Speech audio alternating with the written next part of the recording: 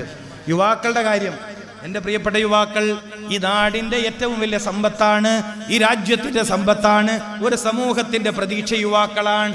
ഞാൻ പറഞ്ഞു, നട്ടെല്ലാണ്. ശരീരത്തിൽ നട്ടെല്ല് എന്താണോ എന്നതുപോലെയാണ് ഒരു സമൂഹത്തിൽ യുവാക്കൾ. അവർ നിലനിൽക്കണം, അവർ വിജയിക്കണം, അവർ രക്ഷപ്പെടണം, അവർക്ക് പ്രതാപമുണ്ടാവണം, അവർക്ക് നല്ല കുടുംബമുണ്ടാവണം, നല്ല കച്ചവടമുണ്ടാകണം, നല്ല സമ്പത്തുണ്ടാവണം, നല്ല ഐശ്വര്യമുള്ള ജീവിതമുണ്ടാകണം. അവർ സൂറത്തുൽ കഹ്ഫ് നോക്കണം.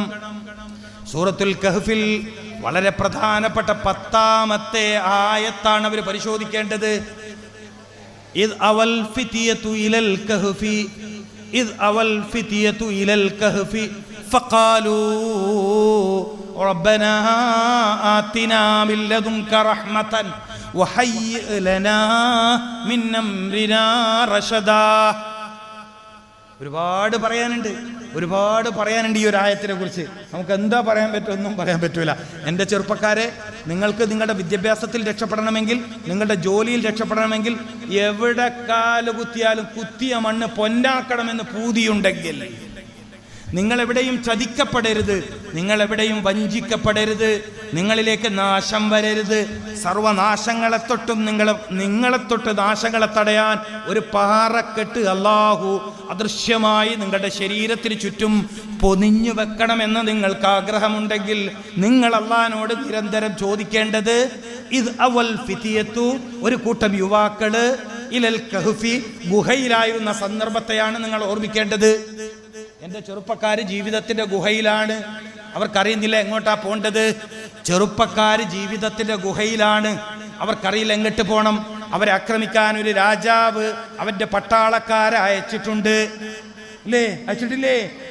ആ രാജാവിന് മുമ്പിൽ സുജൂദ് ചെയ്യാത്തതിൻ്റെ പേരിൽ ഇവരെ ആക്രമിച്ചു നശിപ്പിക്കാൻ ഒരു രാജാവിൻ്റെ പട്ടാളക്കാർ വന്നിട്ടുണ്ട്.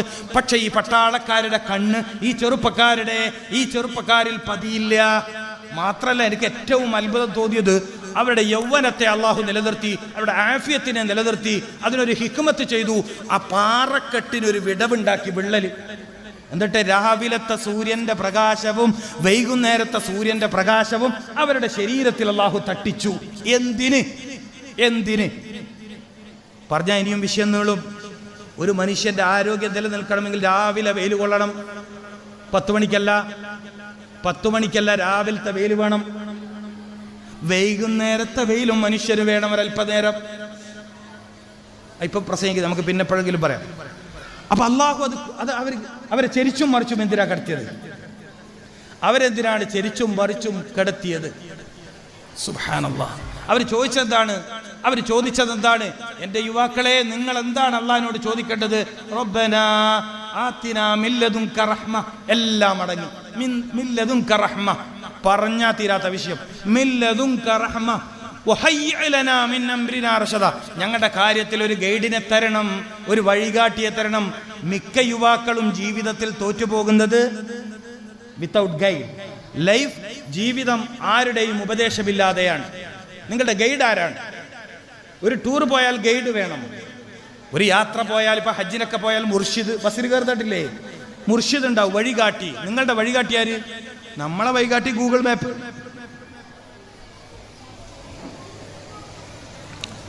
ഒരു പരിധിവരെ അത് കൃത്യസ്ഥാനത്തിന് എത്തിച്ചേരും കേട്ടാ. ഈ അടുത്ത് ആലുവയിൽ പെരുമ്പാവൂരുള്ള ഒരു വീട്ടിൽ പോകണം. ഞാൻ വൈകുന്നേരത്തെ കൺസൾട്ടിങ് കഴിഞ്ഞിട്ടേ എനിക്ക് പോകാൻ പറ്റുള്ളൂ. അള്ളാഹു ആ മനുഷ്യൻ്റെ രോഗം ഷിഫയായി കൊടുക്കട്ടെ.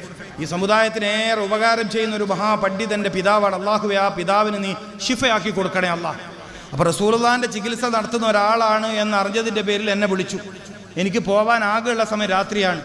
അങ്ങനെ മഗ്രിബോട് കൂടി പുറപ്പെട്ടു.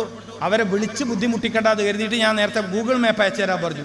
ആ വീട്ടിൻ്റെ മുറ്റത്ത് വണ്ടി എത്തിയെന്ന്. സുബ്ഹാനല്ലാഹ്. ആ വീട്ടുകാർ അത്ഭുതപ്പെട്ടു. ഇത്ര കൃത്യമായിട്ട് എത്തിക്കേ, ഇങ്ങനൊരു വഴികാട്ടിയോ?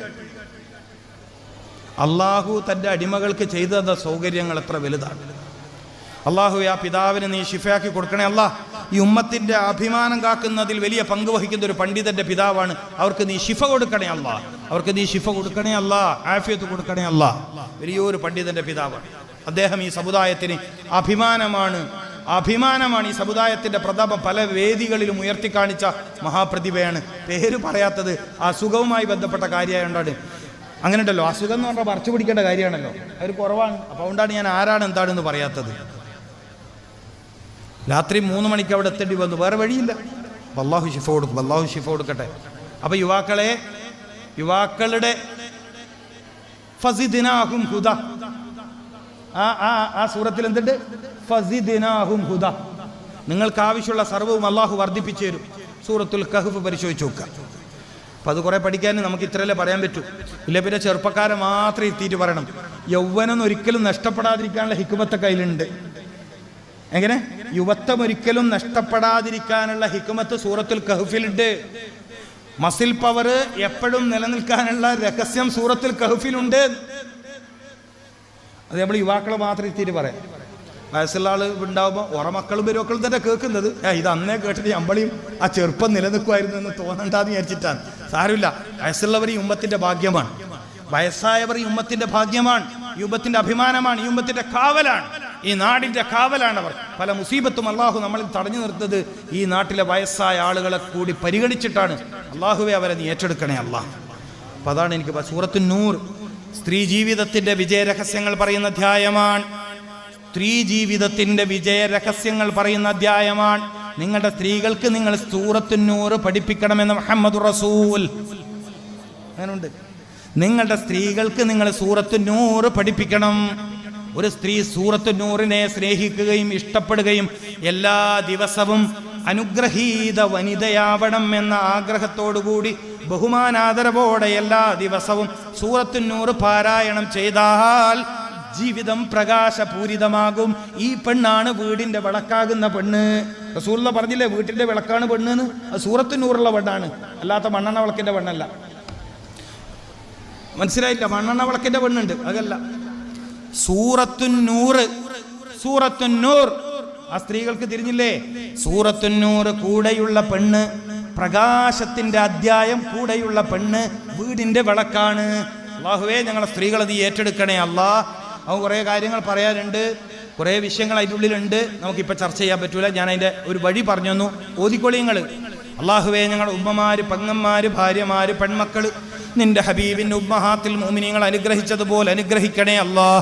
ദുനിയാവിൻ്റെ ഫിത്നയിൽ നിന്ന്, ഫസാദിൽ നിന്ന്, ചതിയിൽ നിന്ന്, വഞ്ചനയിൽ നിന്ന്, നാശങ്ങളിൽ നിന്ന് ഞങ്ങളെ സ്ത്രീകൾക്ക് നീ കാവൽ നൽകണേ തമ്പുരാനെ. പിന്നെ മക്കളുമായി ബന്ധപ്പെട്ട് സൂറത്തുൽ ലുഖ്മാൻ പറഞ്ഞിട്ടുണ്ട്. ഞാൻ പല മാതാപിതാക്കളും മക്കളാവാൻ ദുആ ചെയ്തു, പിന്നെ അവരെ കൊണ്ടാണ് ടെൻഷൻ. വാഴ വെക്കുന്ന കഥ പറയല് അല്ലേ? വാഴ വെച്ചാൽ മതിയേനു, തെങ്ങ് വെച്ചാൽ മതിയേനു, എന്ത് കഥ പറയലില്ലേ? സൂറത്തുൽ ലുഖ്മാൻ ഓതിയാൽ മതിയായിരുന്നു. എൻ്റെ മറുപടി, മക്കള് ശരിപ്പെട്ട് കിട്ടുക എന്നുള്ളത് മാതാപിതാക്കളുടെ ഭാഗ്യമാണ്. അല്ലാഹുവേ ആ അനുഗ്രഹം ഞങ്ങൾക്ക് നീ നൽകണേ അല്ലാ. ഇസ്മായിൽ നബി അലൈഹിസ്സലാം ഇബ്രാഹിം നബി അലൈഹിസ്സലാമിന് എത്രത്തോളം അനുസരണയുള്ള മകനായോ അതുപോലെ ഞങ്ങളെ മക്കളെ നീ ആക്കി തരണേ അല്ലാ. ഏതൊരു മാതാവിൻ്റെയും പിതാവിൻ്റെയും ദുആ മക്കൾക്ക് വേണ്ടി ഇങ്ങനെ ആവണം. എങ്ങനെ? ഇസ്മായിൽ നബി ഇബ്രാഹിം നബി അലൈഹിസ്സലാമിനെ അനുസരിച്ചതുപോലെ ഞങ്ങളെ മക്കളെ ഞങ്ങൾ അനുസരിപ്പിക്കണേ എന്ന് ദുആ ചെയ്താൽ ആ ദുആയിൽ ഒരു ബർക്കത്തുണ്ട്. എന്താ ബർക്കത്ത്? 2 നബിമാരുടെ പേര് പറഞ്ഞു, 2 നബിമാരുടെ ഖസസ് ഓർമ്മിച്ചു, 2 നബിമാര് അള്ളാഹനെ അനുസരിച്ചതിനെ ഓർമ്മിച്ചു. ഈ ഓർമ്മകൾ കാരണം നിങ്ങളുടെ മക്കള് നന്നായി തീരും. അള്ളാഹു കബൂൽ ചെയ്യട്ടെ. സൂറത്തുൽ ലുഖ്മാൻ മക്കള് കേൾക്കെ ഓതുന്നതും മക്കൾ നന്നാവാനുള്ള ഹിക്മത്തുകളും മക്കളോട് മാതാപിതാക്കൾ സംസാരിക്കേണ്ട ശൈലിയും സൂറത്തുൽ ലുഖ്മാനിലാണുള്ളത്.